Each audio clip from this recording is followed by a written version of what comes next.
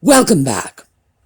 So, now that we've finally finished with our tour of the evolution of the modern bathroom, we have a viewer request to take a look at Rumpus Rooms.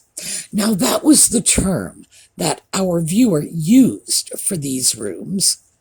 So, let me read you the description from the Masonite Company.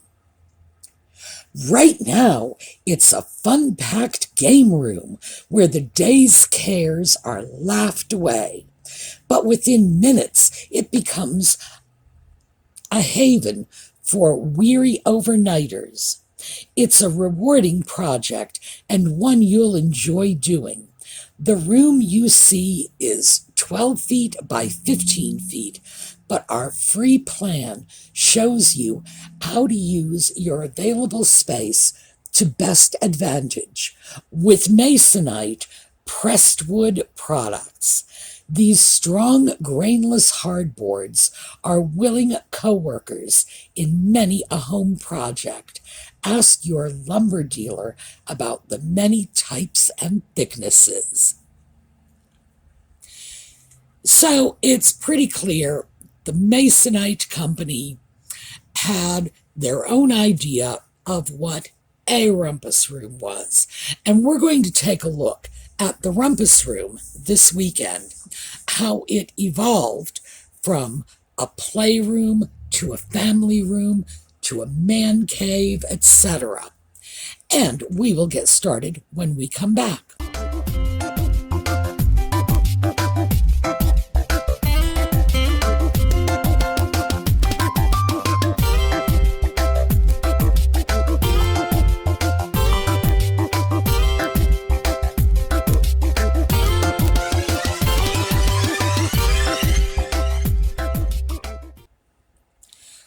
So let's continue taking a closer look at our Masonite rec room.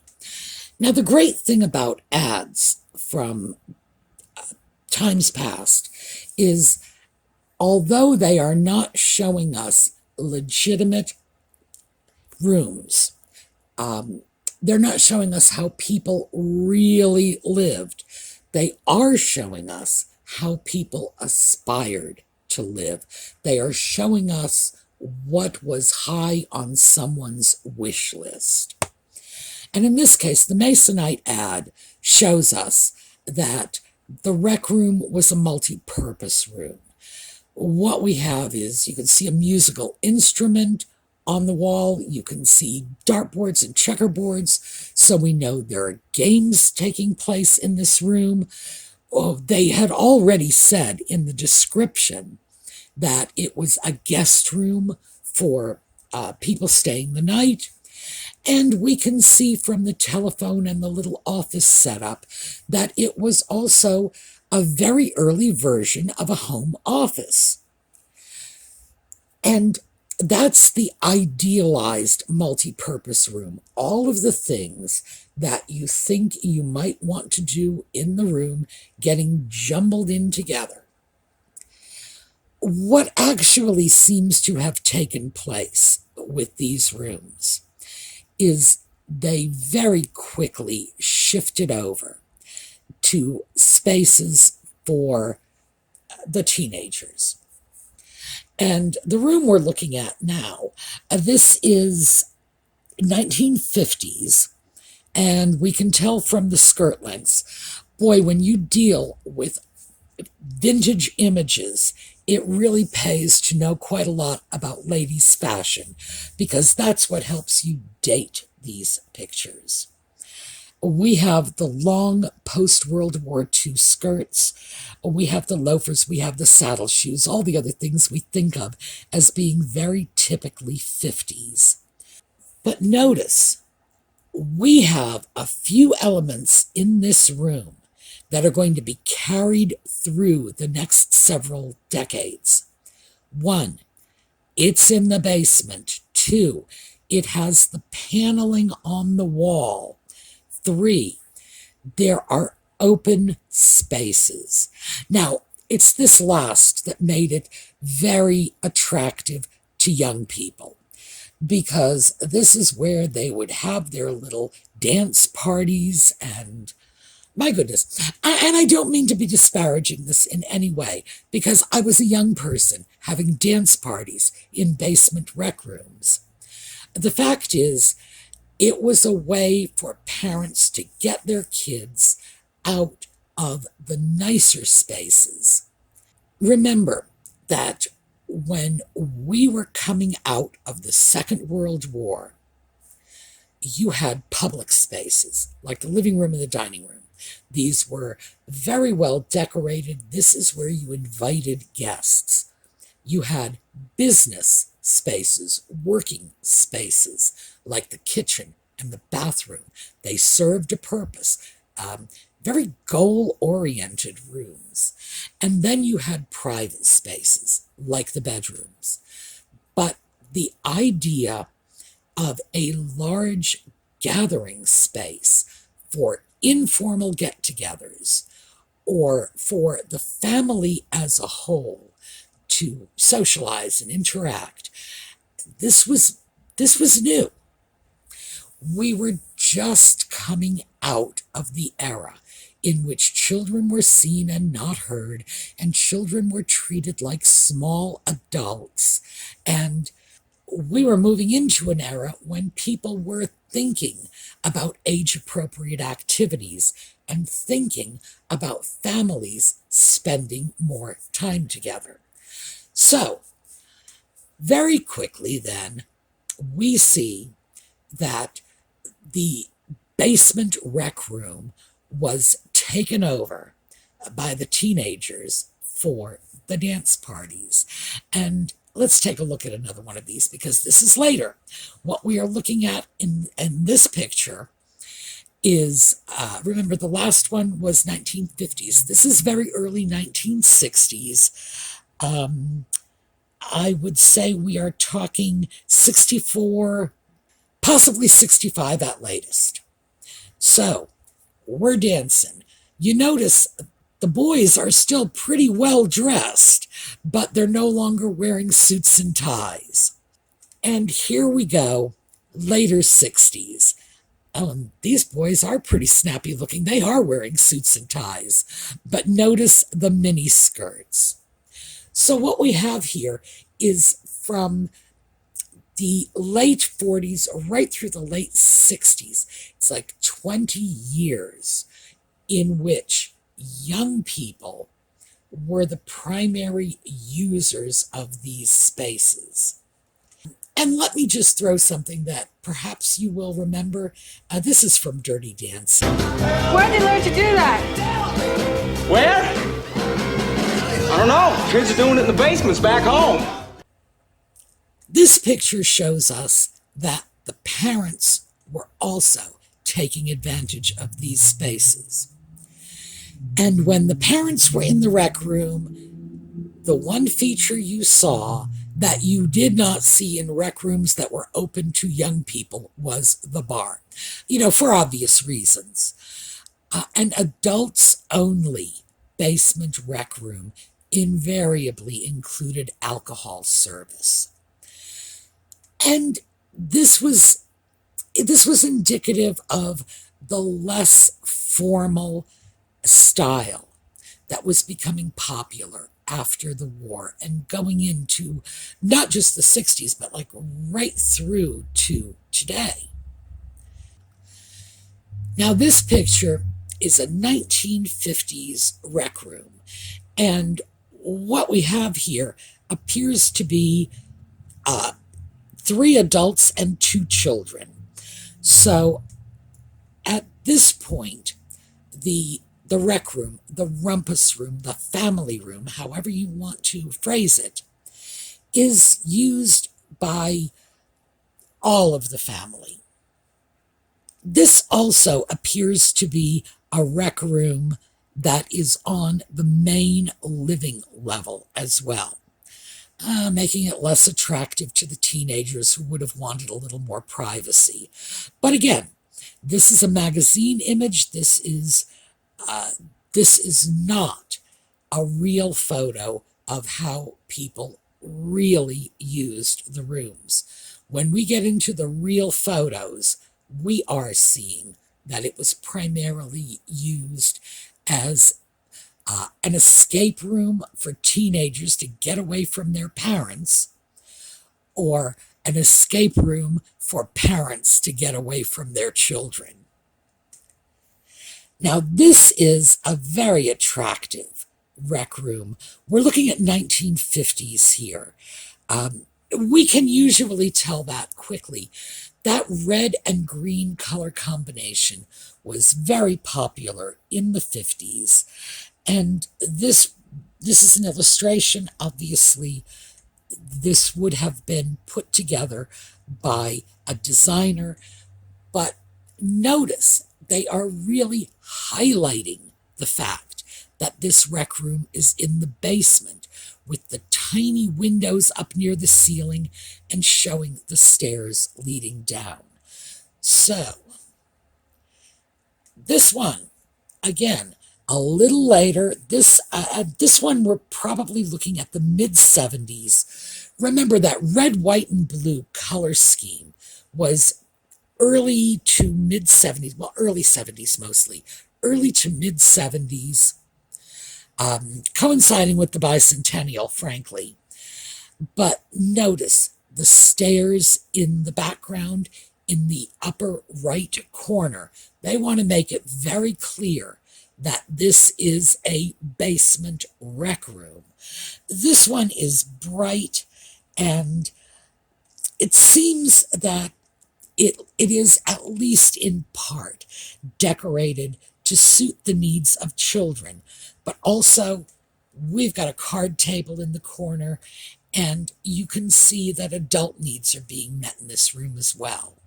Now, here is another one of our 1950s illustrations showing adults using the family room. We have what looks like either a linoleum or a tiled floor. The furniture is built right into the wall, which is very interesting. Notice on the right that bench the woman is sitting on. That's cantilevered out of the wall. We've got the dartboard, we've got the musical instrument, we've got the chessboard, we've got the record player and the television. Now notice most of those features were incorporated into that masonite rec room we saw, the one we used to open this video up with.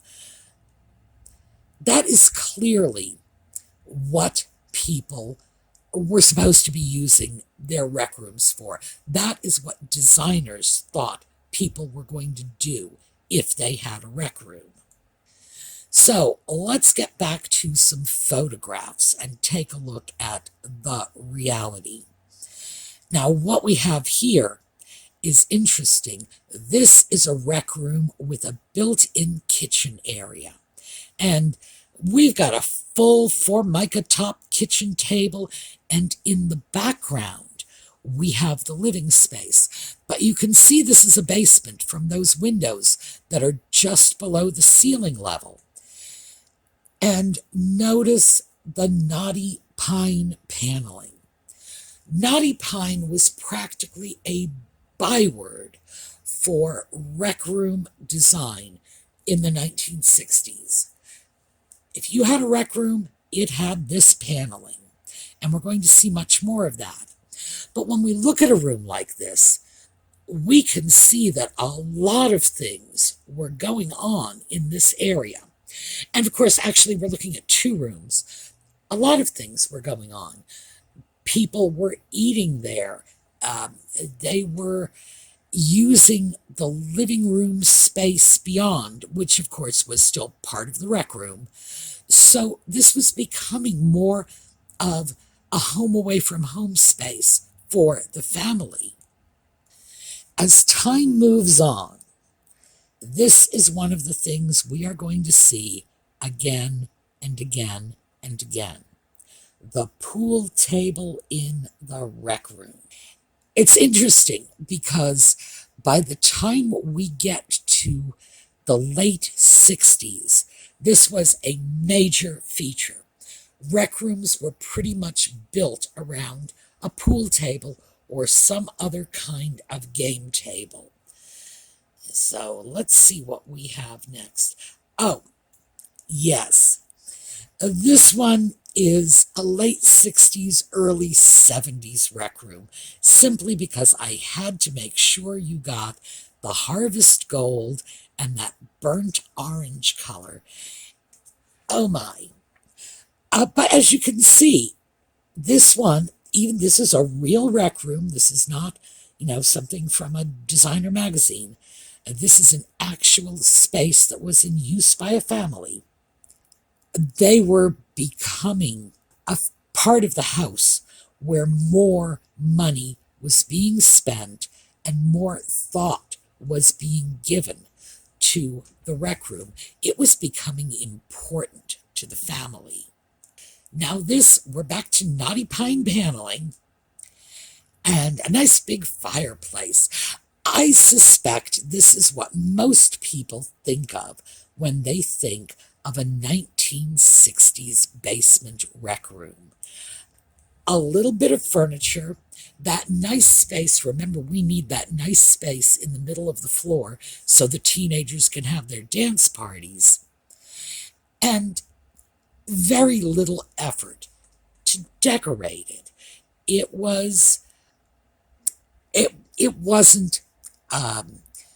a space that was getting a lot of attention, as opposed to later in the 60s when we got a chance to see what they were beginning to look like when people started to take these rooms seriously as a part of the house. This next one, this is also from the 70s, and it's much more elegant than any of the rec rooms we've seen, and we're not seeing much of it. Frankly, we're just seeing the entryway, but we are seeing that more thought is being put into it. There is a lovely little credenza and a picture over the top of it.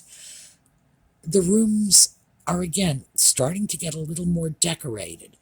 And please note, you can see the stairs at the upper right corner of the picture. And even though the rec room in the basement seems to be very well done, they've put some time into the paneling. I'm not a big fan of paneling, so I sort of sigh when I say that. But they have not done anything to refinish the stairs leading to it. So that indicates a little bit of ambivalence toward these rooms. Now here is our giant pool table, and of course we have the dartboard. And when we look at this rec room, and as you can see from the quality of the photo, this is just somebody photographing their rec room. That's all there is to it. The dartboard, the pool table. They don't even have one of those nudie calendars on the wall. Now, this rec room is not as old as it looks. This is a rec room that was probably built in the 1970s, but in use much later. Because what we're looking at is modern accessories superimposed on this older room style. So the rooms were in use. This is a rec room that has been converted into a modern man cave. And, we can pretty much tell that because it's got the bar and it's got the sports posters. All right, once again, a rec room that is built around a giant pool table. Again, we can see a lot of work went into this, the paneling. Even though I'm not crazy about this kind of paneling, it's very nice. The windows, which are on the right-hand side of the room, as you can see, there's a pretty large break of windows there. But that's telling us that we are still in the basement. This is apparently a walkout basement. And Everything about this room, to me, says claustrophobic and an add-on without much thought. Here we have another rec room. This one, it's very hard to say when this dates from. I'm going to guess that it's probably the 1970s. And if we take a look at the ceiling, it's pretty clear that the room itself was built sometime earlier, because there's a lot of age and wear on that ceiling, and it looks like more than one roof leak. Okay, but notice the main feature in this rec room is this giant game table in the middle. And once again, we have the rec room with the game tables. We've got jigsaw puzzles, we've got pool tables. I don't even know what all those games are. But this is clearly a room designed to accommodate the various interests of people. Now, this particular room was from a campgrounds where they did obviously a first floor rec room for the benefit of the people taking advantage of their facilities. Very typical rec room. All right, so from rec room, let's go to family room. Now, you all know this family room. I know you know, even if you don't know, you know. This was the ultimate family room of the 1970s. And I mean, just look at our wonderful 1970s colors and our paneling, and oh my. So, you see now? Yes, it was the Brady Bunch's family room. Now remember, they had a living room that was very different, but they also had a family room. And that was where, in general, the kids went to play. So this one is a completely empty rec room. I believe this is a picture of a home that was for sale showing the rec room. But in general, what I wanted you to see here is the idea was just to create a space. And we can see that best when there's nothing in the space. It was to take an unused portion of the home and make it usable. So, that's where we are leaving off today with our sort of blank canvas. This was our rec room. Do with it what you will. When we get together again, we are going to take a look at the transition from rec room / family room / game room / rumpus room to what we would now call a man cave, or perhaps the ladies' craft room. So, we are going to take a look at a slideshow on the way out. I will see you all tomorrow, and in the meantime, have a terrific day.